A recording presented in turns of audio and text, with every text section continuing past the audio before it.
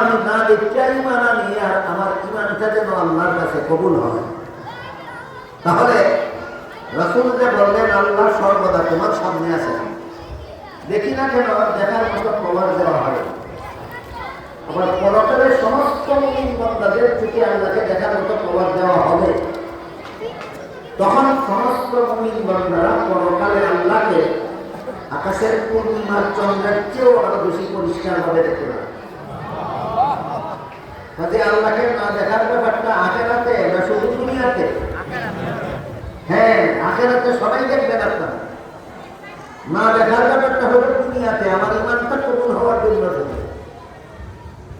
তাই দুনিয়াতে আল্লাহকে দেখার মতো পাওয়ার আমার চোখে না থাকার কারণে আমি আল্লাহকে দেখি না। এটা আমার দৃষ্টিশক্তির অভাব, দৃষ্টিশক্তির অভাব। কিন্তু আমি যে আল্লাহর সামনে আছি সর্বদা, বলেন তো আল্লাহর কি দেখার গুণে কোনো অভাব আছে? তাহলে আল্লাহ তো সর্বদাই আমাকে দেখে। আল্লাহ আমার সামনে আছেন, আমার দৃষ্টিশক্তির অভাবে দেখি না। কিন্তু আমি যে আল্লাহর সামনে আছি, আল্লাহ তো দেখার গুণে কোনো অভাব নাই। আল্লাহ অহরহ প্রতিটি মুহূর্তে মুহূর্তে আমি কি অবস্থায় আছি, কি করি কি বলি সব দেখে।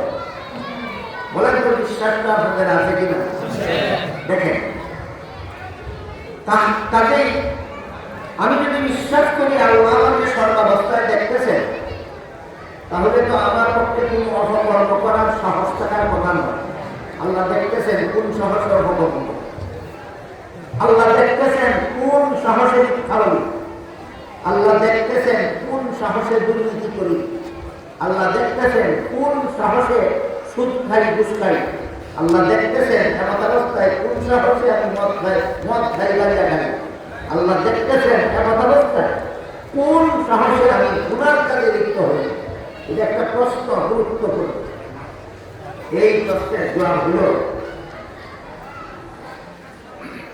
আমরা যে বিশ্বাস করি আল্লাহ দেখেন, এই বিশ্বাসটা ব্যাপকভাবে সিংহভাগ মুসলমানের অন্তরে এই বিশ্বাসটা ঘুমন্ত।